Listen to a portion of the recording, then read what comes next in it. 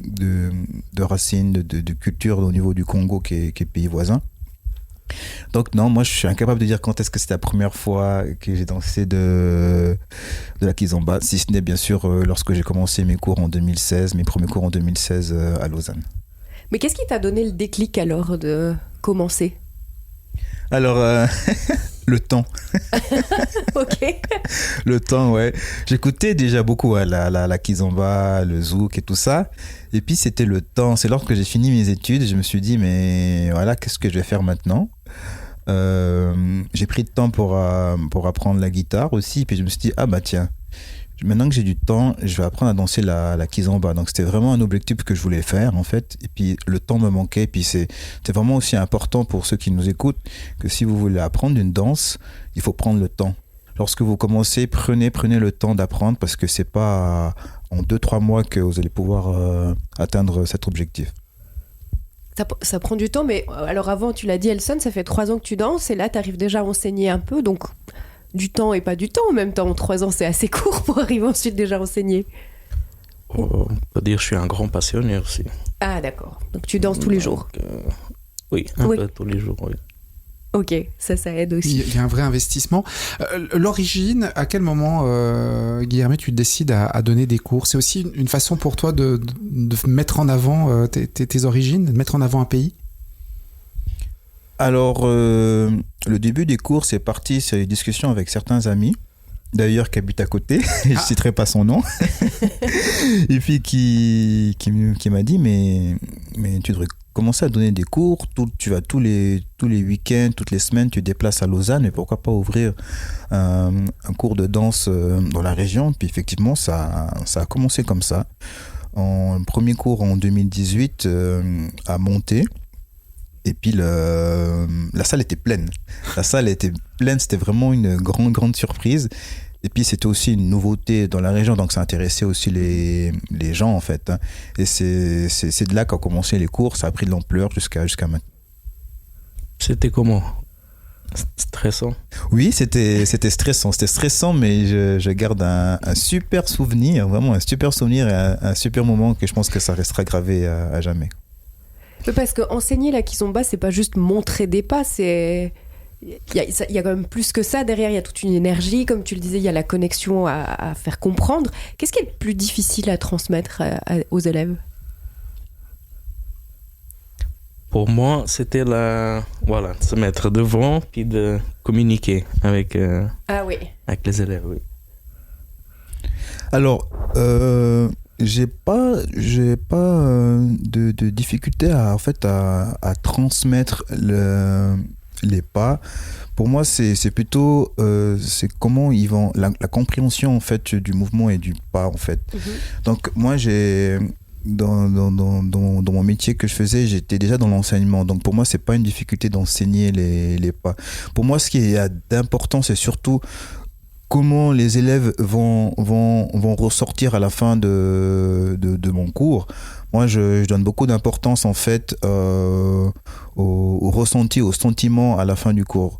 Même si l'élève il n'a pas beaucoup appris, moi, à partir du moment qu'à la fin du cours, qu'il se sent bien, qu'il a passé un bon moment, c'est le plus important pour moi. En fait, dis-moi si je me trompe, Elson, comment toi tu ressens les cours que je donne?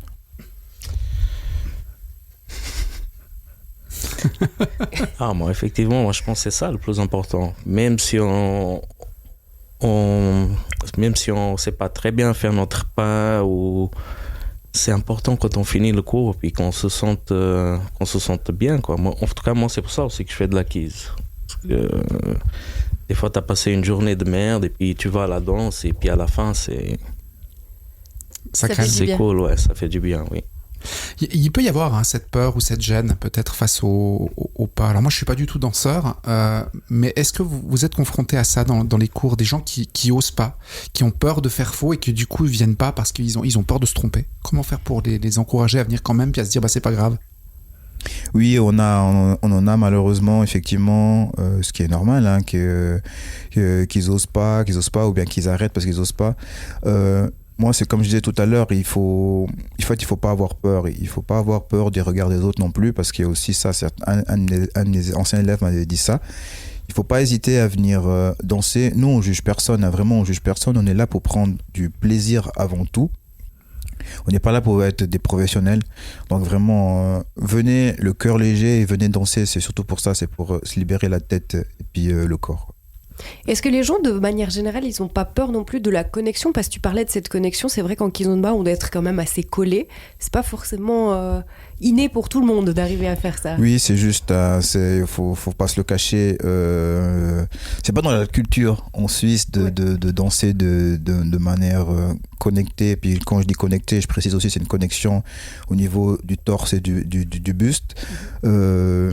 Il faut en fait rentrer dans cette culture et puis sauter le pas et puis en fait vous vous rendez vite compte qu'en fait qu'il y a du respect entre deux personnes qui sont là pour danser.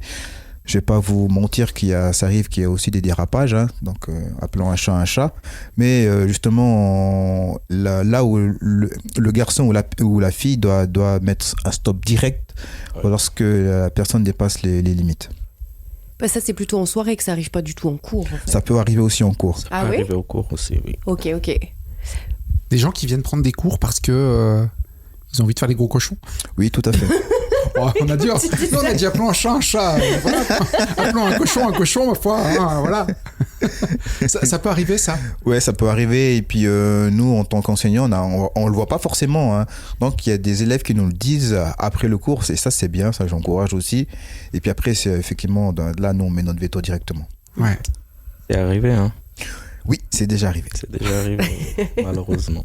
Par contre, il y a quand même, il faut revenir là-dessus, le côté très positif de cet échange, dans la bienveillance et dans le respect. Là, est-ce que vous avez aussi des souvenirs de moments très, très forts émotionnellement, de ce que ça vous a amené au niveau plutôt émotionnel positif, hein, dans ce sens-là, mais de danser, de partager un moment avec une personne où tout à coup, il y a vraiment une connexion assez intense? Pour moi, oui. Alors, quand j'ai commencé les cours, la personne avec qui j'avais plus de peine à danser, c'était avec ma femme. Ok. Parce que ma femme, elle est très dure, elle se laisse pas guider, elle veut elle guider. Et puis c'est vrai qu'au début, on avait vraiment de la peine, et puis c'est compliqué parce que moi j'aimais beaucoup danser avec une autre fille du cours. Ah oui. Et tu vois, oui. Je sentais la connexion, elle était beaucoup plus fluide, tu vois. Et puis c'est vrai, ça fait des sentiments, c'est bizarre à expliquer. Oui. Mais aujourd'hui ça va, aujourd'hui je danse avec tout le monde, j'aime danser avec tout le monde. Et avec ta femme aussi? Ma femme aussi. Ah, oui. très Maintenant, bien. elle se laisse. Non, elle se laisse. Mais c'était au début, tu vois, c'était au début. Maintenant. Mais je peux comprendre, ça doit être un peu perturbant quand même. C'est un peu bizarre, oui, comme sentiment. Alors, je rebondis sur ce que dit Elson, parce que au tout début, lorsque j'ai commencé, j'avais aussi un couple d'amis, c'était la même chose. Il avait du mal à danser avec sa femme. Sa femme, elle progressait vite et puis elle prenait du plaisir à danser avec les autres personnes. On a commencé des cours privés parce qu'il voulait absolument évoluer et puis il voulait danser avec sa femme et faire du plaisir à sa femme aussi par rapport à la danse. Et puis ça a pris. D'un coup, ils commençaient à danser tous les deux. C'était super beau de les voir. Donc ça revient encore une fois à ce que j'ai dit. Des fois, il faut avoir de la patience et puis travailler la danse, quitte à prendre des cours privés. Ok, certes, ça prend plus de temps, c'est un certain autre prix aussi, il faut dire ce qu'il est, mais quand on veut arriver à un objectif, il ne faut pas hésiter. Et pour répondre à ce que tu disais, Cindy, tout à l'heure, alors ça, c'est vrai que des fois, lorsque j'arrive au cours, je me sens pas très bien par rapport à certaines situations de la vie active.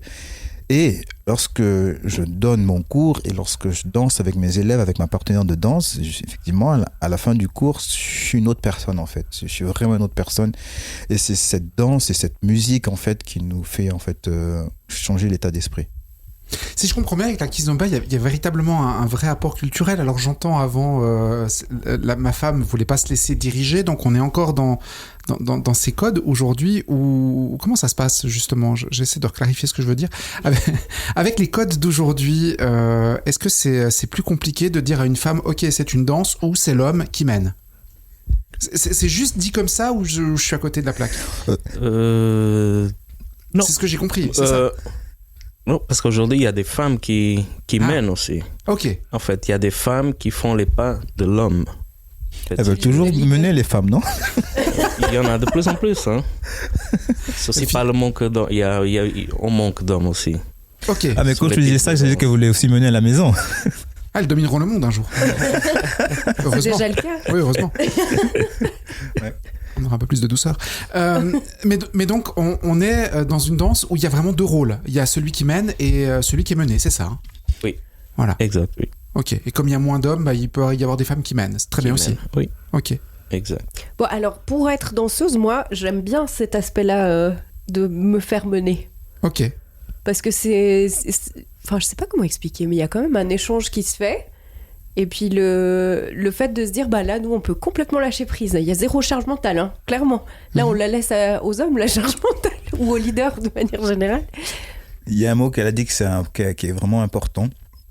C'est le lâcher prise, effectivement. Il faut avoir ce lâcher prise pour pouvoir vraiment se déconnecter et puis déjà aussi avoir confiance à son partenaire. Hein. Même si on est en soirée puis on vient nous inviter, donc on connaît pas la personne. Hein.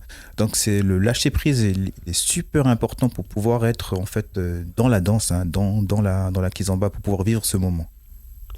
Il y a un danseur type. Qu'est-ce qu'il faudrait être? Qui faudrait être pour venir prendre des cours de kizomba? Alors vous devez être vous-même, c'est le plus important. Soyez vous-même. Il faut. Alors oui, on regarde des vidéos pour s'inspirer de telle ou telle personne, tel ou tel danseur ou prof, mais pour moi le plus important c'est d'être soi-même et puis chacun doit apporter son propre style dans sa danse et dans la kizomba. Quand on fait de la danse, on va apprendre plein de choses. On va notamment apprendre à danser, mais on doit aussi apprendre donc à lâcher prise, à faire confiance. Donc il y a une part un petit peu de développement personnel dans la danse. Oui, tout à fait. Je pense qu'on apprend aussi à connaître son corps en faisant de la danse, que ce soit de la kizomba ou une autre danse. Hein. On apprend à connaître son corps, on apprend aussi à avoir de la patience pour pouvoir apprendre et puis à enregistrer les pas. On apprend aussi à connaître la personne avec qui, donc tu parles de développement personnel, d'accord, mais c'est aussi un développement à deux. Comme je dis, la kizomba, c'est vraiment une danse de couple et puis un travail que vous devez faire à deux. S'il y a une personne, s'il y a un des deux personnes qui n'est pas dans le moment de la danse et de la partage, ça va pas matcher. C'est une danse qui prend donc ses racines en Angola. Comment elle s'intègre en Suisse, la kizomba? Il y a beaucoup de danseurs? Oui, il y a beaucoup de danseurs ensuite en kizomba, à savoir que, pour la petite histoire, pour les origines, donc la kizomba est rentrée en Europe en passant par le Portugal dans les années 90, donc en 1988. Et par la suite, elle a pris de l'ampleur dans toute l'Europe. Également donc en Suisse, donc je pourrais pas vous dire vraiment quand ça a vraiment commencé en Suisse, mais il y a vraiment maintenant beaucoup de danseurs, beaucoup de communautés différentes de kizomberos, donc ça s'appelle les danseurs de kizomba et de kizombera pour les femmes en Suisse. Et est-ce qu'il y a beaucoup d'événements qui sont organisés en Suisse romande déjà, après en Suisse allemande je sais pas, mais autour de la kizomba? Oui. Il y a tous les week-ends, il y a des soirées, Là, bientôt, on a un festival à Berne, faire un petit show. Et puis, il y en a partout, dans toute l'Europe, dans tout le monde. Et donc, c'est facile de trouver des moments pour aller profiter après de ce qu'on a appris en cours aussi. Oui. Après avoir pris des cours, il faut combien de cours pour pouvoir aller à une soirée? Ça, c'est le non-danseur, c'est le gars très mathématique qui dit je sais pas, faut les 2, 3 et puis après c'est bon. On peut aller rapidement on peut rapidement aller à une soirée, voir un petit peu comment ça se passe. Ça aussi, ça dépend de son ressenti personnel, parce qu'il y a des gens qui ont un apprentissage qui est beaucoup plus rapide que les autres. Hein. Donc surtout, nous les hommes, en plus, on on a cette difficulté, si je peux dire difficulté supplémentaire, parce que donc au-delà d'apprendre nos pas, on doit aussi apprendre à guider. Donc ça nous prend un petit peu plus de temps, mais donc ça vraiment ça dépend de chaque personne. Mais si je peux donner un conseil, c'est vraiment au bout de 3 mois, il faut se lancer. Il faut aller sur les pistes, j'allais dire les pistes de ski, non, mais sur les pistes de danse. Et puis il faut pas hésiter, oui. Et si vous deviez choisir un morceau qui résume un peu l'esprit de cette danse, ou un morceau que vous aimez beaucoup, que vous aimeriez partager avec nous, alors ça peut être de différents vu que vous êtes deux, hein, mais de Kizomba qui vous touche particulièrement. O choro do samba. Ok. Avec l'accent, c'est beau ça.